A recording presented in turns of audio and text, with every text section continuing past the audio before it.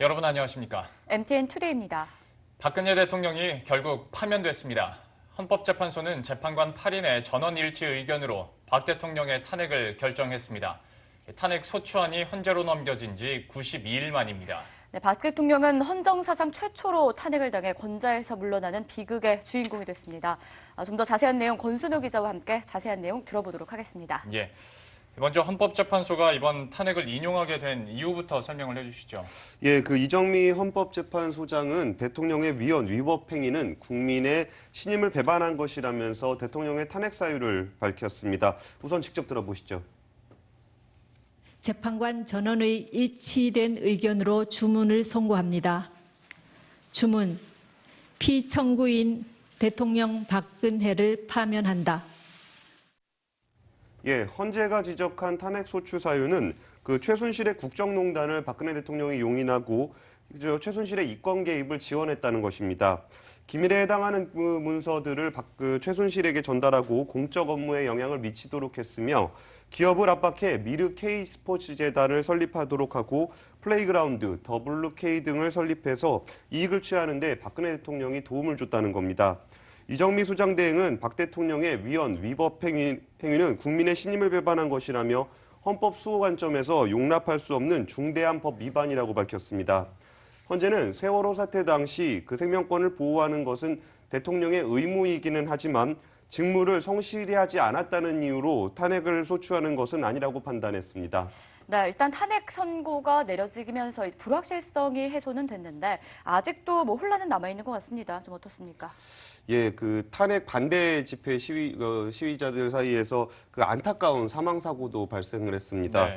네. 대통령 탄핵에 반대하는 시위에 나섰던 참가자 2명이 사망했고 5명 이상이 부상을 당하는 사고가 발생했습니다. 황교안 대통령 권한대행은 대국민 담화를 통해 헌재의 결정은 헌법과 법률에 따라 내려진 것이라며 모두가 헌법재판소의 결정을 존중해야 할 것이라고 말했습니다.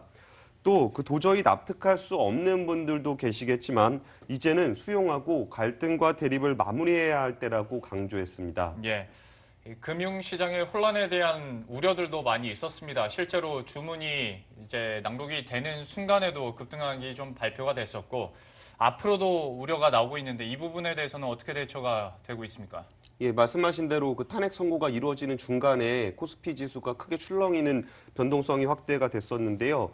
하지만 우려했던 것만큼의 파급은 없었습니다.